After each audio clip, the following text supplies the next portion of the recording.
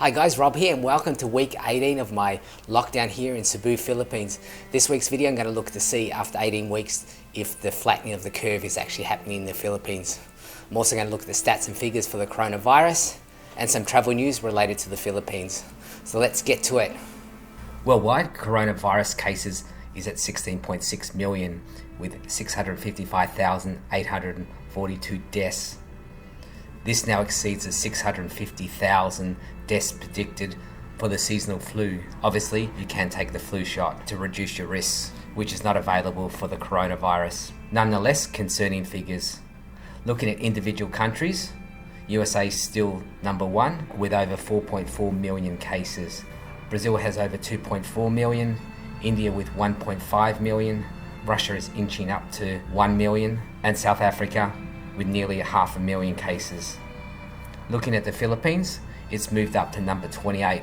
If you've seen my previous videos, it was hovering around the late 30s. Notice too, tests per million in the Philippines has moved up to just over 12,000. So more people are getting tested. Although on average to other countries, testing is still quite low. The more you test, naturally the number of cases will go up. The Philippines tally is at 82,040.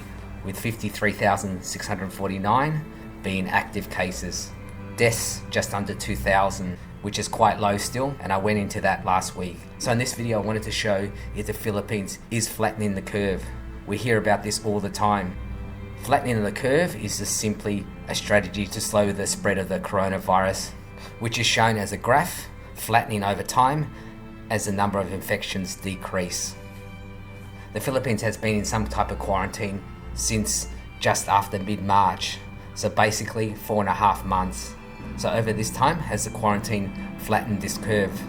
Now there's been talk since May when they first said they saw signs of flattening the curve. The numbers of cases back then was 10,000. With 70,000 more cases since then, can we really say that was happening? Looking at the graph for the Philippines, you can see a flattening at the top of the graph. Disregard the grey area at the end of the graph, as I haven't properly updated the figures. Before that grey area, you can see it has leveled out somewhat. It's still too early to make that call, only time will tell, but it does show a little bit of promise. Now interesting, if we look at Cebu or the Visayas, where they have been under stricter quarantine, Cebu Island anyhow, you can see there's a clear difference in the graph. Again, disregard the grey area, but you can see the graph is trending down. Clearly some positive news, although still early. It's well worth monitoring this, but it could be a sign of a flattening of the curve, at least in the Visayas area. I'll just show you a couple of countries that have flattened the curve. So with Thailand, the daily new cases, after a spike, has trended down. Australia did initially flatten the curve, but in the last couple of weeks there's been a new outbreak in Victoria, and it shows how easily numbers can spike up again. So until we find a vaccine, we are all going to have to behave differently. This virus is just so contagious. Looking at the figures for the Visayas area, they have a total of just over 15,000. Cebu City with 8,739, Mandawi City 1,785, and Lapu-Lapu City at 1,709. There was a really interesting article showing a video of the effectiveness of a face mask stopping droplets from coughing or sneezing. In the Philippines, the authorities are getting more stricter of the wearing of face masks with harsher penalties. Testing has become easier in some parts of the Philippines, as they are now offering free drive-through or walk-through testing, although early testing has been pretty lackluster by the people. So on to some more positive news. Cebu's province has been getting ready for tourism. Under MGCQ, leisure travel is permitted. And in the province of Cebu, they're under an MGCQ. With travel, there's going to be new regulations to keep people safe. One of the biggest changes is when you visit a tourist site or an attraction, you are going to have to pre-book. So gone are the days when you can just turn up to an attraction and pay as you go. On screen are some of the new regulations that will be enforced. Some of the key points include freshly squeezed juice to boost your immune system must be served to welcome guests at the entry of each site or attraction. There's going to be reduced seating at such things as briefing areas. Canyoneering will still be allowed, but with a maximum of 5 people and 2 guides. There's also going to be a limit of 300 persons per day. There will be no selling of drinks or food. Island hopping, dolphin watching, and other related activities will be permitted, but boats will be allowed only to hold 50% of maximum capacity. With snorkeling, guests will be required to purchase mask and snorkel, no more renting, and they also say you will not be allowed to spit in your mask to defog them. Diving will be also a lot stricter, with divers strongly encouraged to purchase their own masks. Going back to the beach is allowed, but at a 50% maximum capacity of the beachfront area. No food or drinks on the beach. Parasailing will be permitted, but only 1 person per parasailing activity shall be allowed. Hiking and mountaineering are allowed, but only between 6 AM and 3 PM. Again, only 5 guests and 1 travel guide. So that's going to be the new norm when you're traveling in Cebu at least. So I'm staying at one of the hotels where the overseas workers who come home stay the 14 days quarantine and then go back to wherever they live in the Philippines. So I wanted to show the protocols on what they do to keep everybody safe. And I also wanted to show the new norm here for hotels post COVID-19 or during COVID-19 as well. So with the restaurant, they're only allowing a maximum of 40 guests now. So they've also revamped the menu here. I'll just show you here.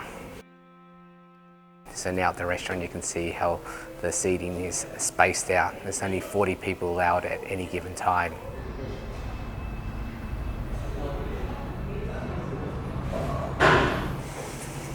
So this is the new norm here at the restaurant, at the hotel. It's like a takeaway that you eat at the restaurant, so you get it in a takeaway package. So it's all disposable now for safety reasons. But obviously that means more trash though. And even when you order the drink, this is a calamansi ginger, so they're looking towards having more healthier options for drinking. But it comes in a cardboard cup, so again, more trash. But they throw it away after you eaten. At lunchtime they had plastic knives and forks, but here they've given me the metal ones.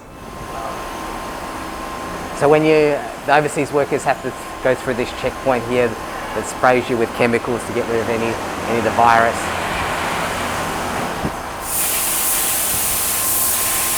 How this works is we've got an air compressor down here.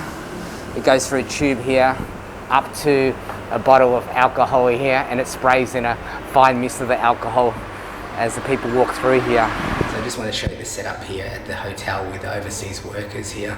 So you can see all these tables set up behind me. So what happens is for meals, they get them delivered and put on top of their table here, and then the hotel calls it up, says you can come out and eat. So the government actually pays for their stay here. So they're staying here until their 14-day period ends, and then after the 14 days they can go back to their home. So here down in the lobby, the elevators have got set levels that they go to, so on my floor only myself and overseas workers that are proved negative can go on my floor.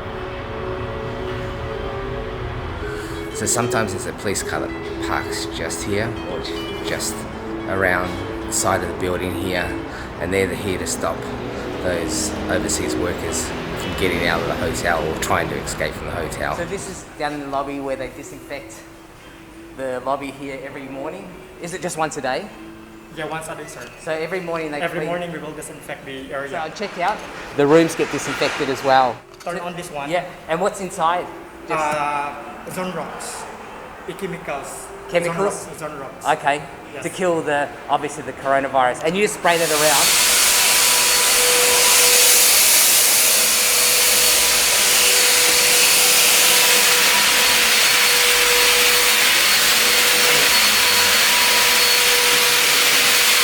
For the overseas workers, so those rooms are cleaned out wearing the full body suits. They also spray the room with disinfectant. Thank you so much for watching. Stay safe out there, and I'll catch you next time. Cheers.